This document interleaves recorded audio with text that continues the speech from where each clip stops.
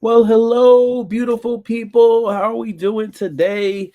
My apologies. I'm a little bit under the weather, so I'm not going to really do too much talking. Plus, these videos are going to be a little long. So let's just go ahead and get right into it. But I want to save my voice. But here we go. Chapter chapter 19 of 3 Feet from Gold.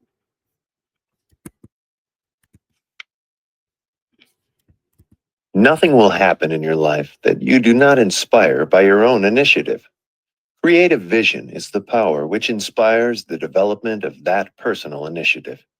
Napoleon Hill. Chapter 19. Rolodex Wisdom. Flipping on the television as he poured his morning coffee, Greg smiled at the forecast of another perfect weekend. Being a weather broadcaster in Southern California must be the easiest job in television. Another beautiful day in America's finest city, 73 degrees, no rain, no clouds, but it may get cool tonight. The anchor then joked, "You may actually wear socks."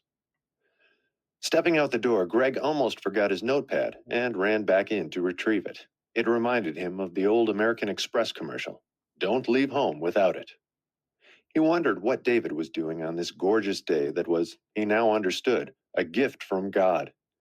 If David was able to stay sober today and continue on the road to recovery after his devastating relapse, it would be a good day. Just as it would be good for Greg if he learned one new thing, made one step forward on his own journey to wisdom and to success. On the ride to the airport, a ritual to which he was becoming well accustomed, Greg thumbed through the pages of the notebook as he had done many times before. This time, however, he saw something from a completely different angle. As he read through the nuggets of inspiration, he noticed a trend. Every person he had met shared a common foundation. No matter where they connected, who they were, or what they did, the quality of the wisdom was the same. Excited about the discovery, he could hardly wait to tell Sharon when he arrived in Virginia. The two of them had been invited to the Napoleon Hill headquarters by Don Green to check on the book's progress, and although it was a pleasure to meet in person, Greg also had the feeling of being called into the principal's office. Only this time, he was far from in trouble. In fact, this time, he had great news to share. "Hi, guys," he said as he entered the room for the brainstorming meeting. "I have to show you something." Sharon had already arrived and was reviewing some of Napoleon Hill's articles when Greg walked in. She looked up with a smile. As he took a seat, he slid the pad across the table to show his new discovery. "What do you have here?" Don Green asked. "Check this out. Today I noticed a trend that all these great American success stories had in common." "I bet I know what that is," Green said. "It's what inspires you and what pushes all these people to great heights. It's exactly what Hill used to say. They found their major definite purpose." "That's it," Sharon chimed, stabbing her pen in the air. "Every person we've spoken to and written about had that burning desire to not quit because they were on a mission that was far bigger than themselves. It was never about them. It was about their why." "Their why?" Green asked. Sharon continued. "Yes, we've heard it 1,000 times. It's not about the how, it's all about the why. If you have a big enough reason to do something, the how will simply show itself." Green smiled at the revelation and sat back into his chair. Greg said, "That's exactly what I found looking through the notes. All these stories had this message in common." "Well, it goes far deeper than just what you mentioned before, deeper than just America," Green added. "Fact is, that's a similar finding worldwide." Noticing the look on Greg's face, he said, "You don't believe me, do you?" "Well," Greg sputtered. For a moment, Sharon enjoyed seeing how Greg handled himself in a slippery situation. Then she said, "We do need to add the international perspective to the book as well. The global economy is in turmoil, and people all over the world want to learn how to become successful in this tough environment. We need to be able to speak to everyone striving for success." As if he had planned it, Don Green reached into his desk and pulled out an old-fashioned Rolodex, the big round kind to which one added cards with people's names and phone numbers, then rolled it like a wheel to locate the contact's information. Go ahead, he offered. I'll spin this and I want you to each pull out 2 cards. As Green spun the device, Greg and Sharon took turns pulling out cards and laying them on the desk. On this wheel, I keep my international connections. I'm not much of a gambler, yet I would bet that if we called each one of these random people that you pulled out, we would see the same trend, that they were on a mission bigger than themselves, no matter where they were from. Amused and intrigued, the 2 guests had to admire their host's confidence. Greg said, "But these leads must be outdated by now, since they're still on a Rolodex, for gosh sakes. I haven't seen one of those in years. Don't you have any more current ones stored in your computer? Maybe we need more up-to-date success principles." Green looked at his California visitor in the eyes and said, "Greg, as you can imagine, the Napoleon Hill Foundation gets queries from all over the world, with more than 200,000 hits per day on our website. So, yes, I do use a computer. I just happen to like my 3x5 cards and Rolodex." Greg sat quietly as the mentor made his point. "We get requests from people wanting an autographed picture of Napoleon Hill, and we get letters addressed to him personally, even though he died at age 87 in 1970. One day, I received a call from a man who said he had started reading Think and Grow Rich, but after discovering when the book was written, he wondered whether he might be wasting his time on outdated material. I asked the caller, 'You understand the law of gravity?' He replied, 'Well, what do you mean?' And I told him that if a man stepped off a ledge of a tall building, he would hit the ground and be killed or seriously injured. It did not matter whether the event happened 100 years ago or today. Some things don't change, and the principles of success haven't changed. Time is irrelevant when discussing the secrets of success, which, by the way, are not secret at all. The popular book, The Secret, is a contemporary book about the law of attraction, which Napoleon Hill originally wrote about in 1919. The success principles do not change, but they are often written in a different format to attract new readers." "Okay, I'll bite," Sharon offered. "Dinner is on me if we get the same why response." "Deal," Green said with confidence, as if he already knew the outcome. She picked up the card closest to her and read the name. "Taddy. Who's this?" "Taddy Blecker. He's a gem," Don Green replied. "A man who must be the first person in history to have founded a university from a fax machine." Greg and Sharon looked at each other, baffled. Green continued. "A few years ago, from his office in Johannesburg, South Africa, without any structure, courses, or staff, he began posting notices and faxing out letters of invitation to people who had the desire to better themselves. He wanted to offer these young people in his country the opportunity to become more than the outcast that society had labeled them as. The only problem was that there was no college for them to attend. With over 3,500 applications to a school that did not yet exist, Dr. Blecker and a handful of colleagues were able to borrow a building to house the university. From there, magic happened, and the idea exploded into what has become the premier college in South Africa for underprivileged students." The authors smiled at each other, knowing that Taddy would have a great story to share if they could get him on the line. Green called Blecker's number, and a cheerful voice answered. "Teddy here." "How we doing?" the caller asked in his southern drawl. "Why, Mr. Green, hello. How may I serve you?" "I have a couple of friends here with me who would like to ask you something." "Go ahead," Blecker replied. Sharon leaned toward the speakerphone and said, "Hello, Mr. Blecker. I'm Sharon Lechter, and with me is Greg Reid. We understand that you started a university to help those who could not normally afford to attend. What inspired you to do this? And more importantly, what were your challenges in doing so?" After a momentary pause, Blecker said, "Oh, we had a huge challenge. I suppose all big dreamers begin with the idea long before they get others to believe in it as well. We had absolutely nothing to start with. But what we wanted to prove, what we were determined to prove, was that these kids, who had been thrown away by society, were just as creative as anybody else." The South African educator went on. "At the time, most everyone suggested that these children were capable of becoming only menial workers, such as farmers or hand workers, and we said no. We are going to prove that these kids who come from mud shacks and from off the streets could become chancellors, accountants, stockbrokers, or whatever else they chose. Intrigued by the message, Greg asked, Taddy, what kept you going when everyone said you were crazy? Taddy gave a light chuckle and a straightforward response. By maintaining the mindset that you never think about where you are today, you think only about where you're going. You have to passionately, completely, and utterly know what your end goal looks like. Even if it's just a feeling, with every cell of your body, you just know that this thing is real. And more importantly, it's larger than just yourself. You are doing something that will help others for generations to follow. Once you accept this as fact, the setbacks and challenges will not matter as much. So it sounds like you had a big enough why, offered Greg. Yes, you could say that for sure, replied the voice from abroad. This world would be a much greater place if more people redirected their attention from me to we, don't you think?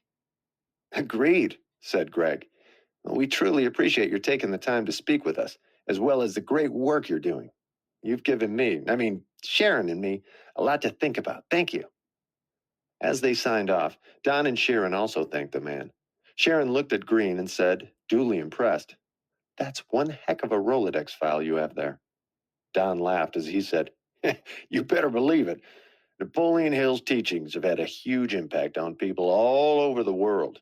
In fact, I just spoke this morning with Tanaka Takaaki, founder of the SSI Corporation and our distribution partner in Japan, and he says success depends on the 3 C's.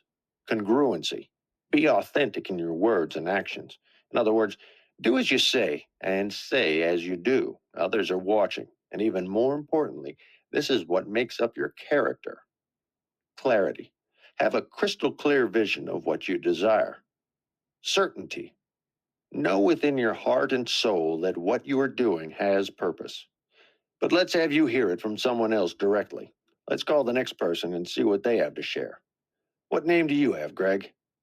Luann Mitchell, Greg said. Sharon put in, I've seen her all over the media. She was the Canadian Female Entrepreneur of the Year 3 years in a row. Let's call her, Don. I would love to meet her, even if only on the telephone. Turning to her co-author, she kidded him, saying, There you go, Greg, another successful woman to interview. She's a firecracker, let me tell you. Green dialed her office line, but there was no answer. He continued with Mitchell's credentials. Her many awards include being honored as a leading woman entrepreneur of the world in Madrid in 2001, and McGill University of Montreal, Quebec, presented her with its prestigious Management Achievement Award in 2003. The American Biographical Institute named her Woman of the Year for 2005, and she was given its Lifetime Achievement Award. She was also named Canada's #1 female entrepreneur by Profit and Chatelaine magazines in a nationwide search for 3 consecutive years. Get the idea? Let's see here. I think I have another contact for her. Flipping the card, he found her private cell phone number and called it. There was an immediate response. Hi, Don. What's going on, love? Mitchell said in the warmest tone. Why, Luann, I have a couple of people here with me, and, we wanted to ask you a quick question. You got a minute? Of course, darling. Who's there? Sharon spoke into the microphone. My name is Sharon Lechter, and beside me is Greg Reid. We're working on a new book with the foundation and wanted to ask you something. Okay, shoot, Mitchell replied. I actually know a bit about you already, having read your story in the paper. When your husband passed away, you took over a failing meatpacking plant that was one step from bankruptcy and turned it around in only 3 years. True, but what they don't write about in the press is what we went through to make that happen, Luann Mitchell said with a bit of a sigh. Without allowing a moment's silence, Greg asked, What do you mean? When my husband died, things were so tight that even my kids asked if we could pay the mortgage. Truth is, I didn't know.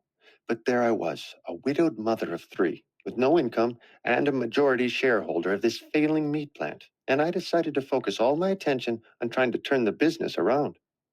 Greg continued his questioning. Did people think you were crazy? With a laugh, she responded, No, absolutely not. They were absolutely certain. They were convinced I would fail based on my lack of experience. The group in the office smiled at the comment. What did you do? Asked Sharon. One thing that my late husband used to say was that I was the perfect consumer. I was a mother of three and had a husband who needed to lower his salt intake due to his health condition. So I focused on creating a product line that catered to my own demographic and created a healthier gourmet line that everyone could enjoy. When you got this inspiration, did you get turned down by investors or lenders? Sharon wondered. We went to every lender, and they all said the same thing. If you are in, we are out. Ouch, that must have hurt. Green sympathized. Not really, Don. It became my driving force, Mitchell said. I believed in what I was doing, and I knew I was doing it for all the right reasons. And I believed that we had a product that could be of service to the entire world. Greg said, That's powerful. As wild as it may seem, like you said before, Sharon, we turned that company around in no time. We instituted some great programs for our employees, and we created magic. Our customers piled in, and we started selling our products around the globe. It was a great success. Sales doubled, then tripled, and then things really got exciting. That's fantastic, Sharon remarked. We took the company to about $500 million a year in revenue before I sold it. Did you say billion with a B? Greg asked. I know, crazy, huh? Said Luann Mitchell. You heard right, $500 million. Not bad for a blonde-haired socialite, as some people called me. Yet I guess that's not as bad as what many other people called me. All three laughed aloud at her statement. Seeing that the conversation could go on for hours, Don cut the call short by thanking her for her insights while suggesting that he share her contact information with his visitors so that they might continue their dialogue later. We'll have my assistant, Anita, send you an email. Talk to you soon. Thanks, Don, she replied. Please call on me if I can serve you further. Hanging up the receiver, Sharon turned to the other two and said, No question, dinner's on me, guys. A smiling Mr. Green said, I'm already ahead of you. Anita made us reservations before she took off for the night. We have an hour or so to kill. Since you've been here before, Greg, I'm going to show Sharon around a bit. Make yourself at home and feel free to look at anything you wish. Greg found himself alone. His eyes wandered the room as he sat lost in his thoughts. On his previous visits here, he had been focused on creating some sort of relationship with the Foundation, and now he was becoming part of the family. He tried to think about this incredible development, but was overcome by a sense of insecurity. Things were finally going his way, yet he still couldn't shake the feeling that he was a fraud. Despite his hard work and huge list of insights, he still wasn't making any money. The business he had sold was doing okay, and he appreciated the couple of grand a month cash flow from the sale. But he was spending more than twice that in travel expenses, and debt was piling up. Here he was, surrounded by all this prosperity, yet relieved that Sharon had offered to buy dinner because he knew his credit card would not be accepted. Things were so tight that he was considering filing for bankruptcy. He sighed, feeling depressed as his internal voice mocked him. I'm giving everything I have to this project, and I have nothing to show for it. I'm no better off than I was a year ago. Why would I think I could take on such a prestigious project? Who am I to keep company with these incredibly successful people? Maybe I should stop kidding myself and go get a real job. Before he became completely overwhelmed with doubts, Greg tried to distract himself by poking around the office. Pulling books from the shelves, he placed them back, his attention fixated on his own troubles more than the wonderful works before him. He noticed a lone file cabinet, only a few feet away from where he had been sitting. Don said I could look at anything, he rationalized as he opened it.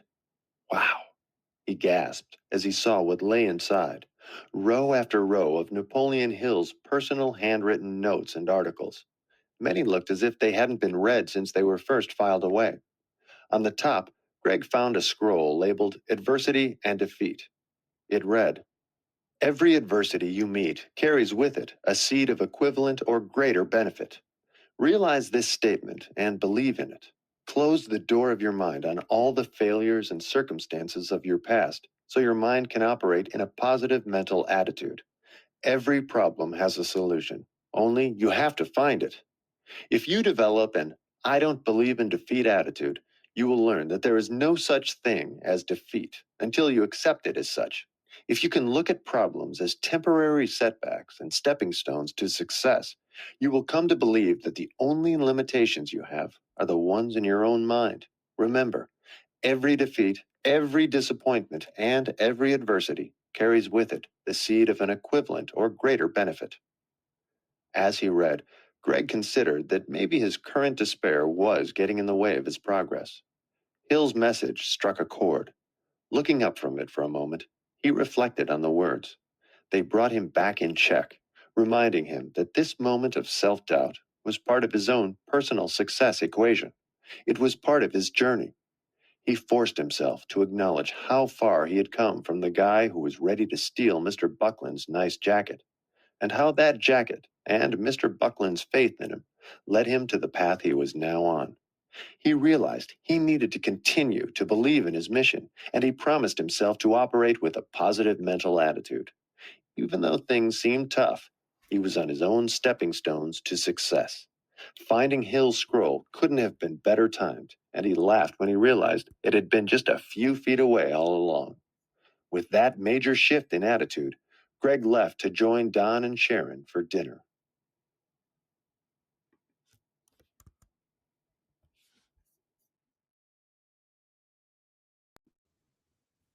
Well, you guys, take care. I'll talk to you later. Make it a great day.